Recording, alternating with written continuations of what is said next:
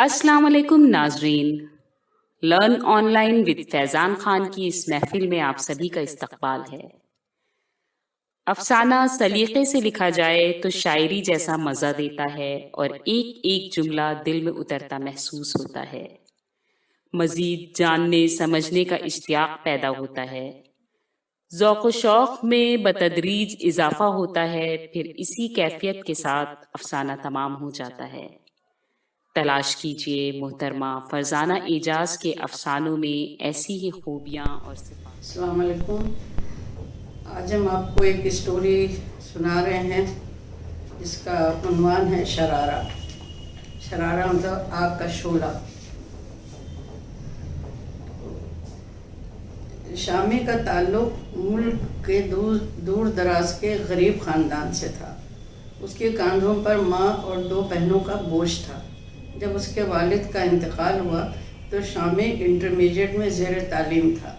اس کے والد کی خواہش تھی کہ ان کا بیٹا خوب پڑھے لکھے اور بڑا آدمی بنے۔ وہ خود گاؤں کے مدرسے سے آگے نہیں پڑھ سکے تھے۔ گاؤں میں ان کی زمینیں انہیں آگے پڑھائی کے لیے شہر جانے سے روکتی رہی تھیں، اور وہ دھرتی کی پکار سنتے ہوئے اپنے ہی گاؤں اور زمینوں کے ہو رہے۔ وہ اپنی اس نامکمل خواہش کی تکمیل کو اپنے بیٹے کے روپ میں دیکھنا چاہتے تھے۔ زمینوں کا جگر چاک کرتے ہوئے، سخت محنت کرتے ہوئے انہوں نے شامی کو 12ویں درجے تک تو پڑھا دیا، لیکن اس کے بعد وہ بالکل تھک گئے۔ ان کی اکیلی جان کہاں تک سخت محنت کی متحمل ہو سکتی تھی؟ 4 جانوں کا بوجھ تنہا کہاں تک اٹھاتے؟ وقت سے پہلے ہی وہ ریزہ ریزہ ہو کر بکھرتے رہے، اور آخرکار ایک رات ایسا سوئے کہ پھر دنیا کی کوئی طاقت انہیں بیدار نہ کر سکی۔ چہیتی بیوی کا بین، بچوں کی جگر خراش چیخیں، کچھ بھی تو انہیں ٹس سے مس نہ کر سکا۔ اپنی خواہشوں کا کفن لپیٹے وہ اسی زمین کا پیوند ہو گئے جس نے کبھی شہر کی جانب بڑھتے ان کے قدم تھام لیے تھے۔ شامی کو جب اس حادثے کی خبر ملی تو وہ جیسے پتھر کا ہو گیا۔ وہ ہری بھری زمین کا بیٹا، اپنے باپ کا واحد جانشین، بہت سنجیدہ اور سمجھدار بچہ تھا۔ اس نے فیصلہ کر لیا کہ اب وہ اپنے باپ کی زمینوں پر محنت کر کے اپنے خاندان کی ہچکولے کھاتی کشتی کو پار لگائے گا۔ لیکن اس کی ماں، جو بہت ہمت والی تھی اور جسے اپنے شوہر کے خوابوں کا پورا علم تھا، وہ نہیں چاہتی تھی کہ شامی تعلیم نامکمل چھوڑ کر گاؤں آ جائے۔ وہ کسی طور اس بات کے لیے راضی نہ ہوئی۔ اس نے شامی کو سمجھایا کہ ابھی تو ایسے برے حالات نہیں ہیں، زمین کو بٹائی پر دے کر وہ اپنا اور اپنے بچوں کا بوجھ اٹھا سکتی ہے۔ اس طرح شامی شہر واپس چلا آیا۔ اب اس نے تعلیم کے ساتھ ساتھ ٹیوشن وغیرہ شروع کر دیے تاکہ ماں کے ناتواں شانوں سے کم از کم اس کی تعلیم کے اخراجات کا بوجھ کم ہو سکے۔ زمانہ کروٹیں بدلتا رہا اور دیکھتے ہی دیکھتے 5 سال بیت گئے۔ شامی نے اپنی تعلیم مکمل کر لی اور اسی سال ماں نے اس کی بڑی بہن کی شادی بھی کر دی۔ ابھی وہ سوچ ہی رہا تھا کہ اب وہ نوکری تلاش کرے اور ماں اور بہن کو شہر لے آئے کہ اچانک کسی غیر ملک میں اسے اپنے کسی شاگرد کے والد کی وساطت سے ایک ملازمت آفر ہوئی۔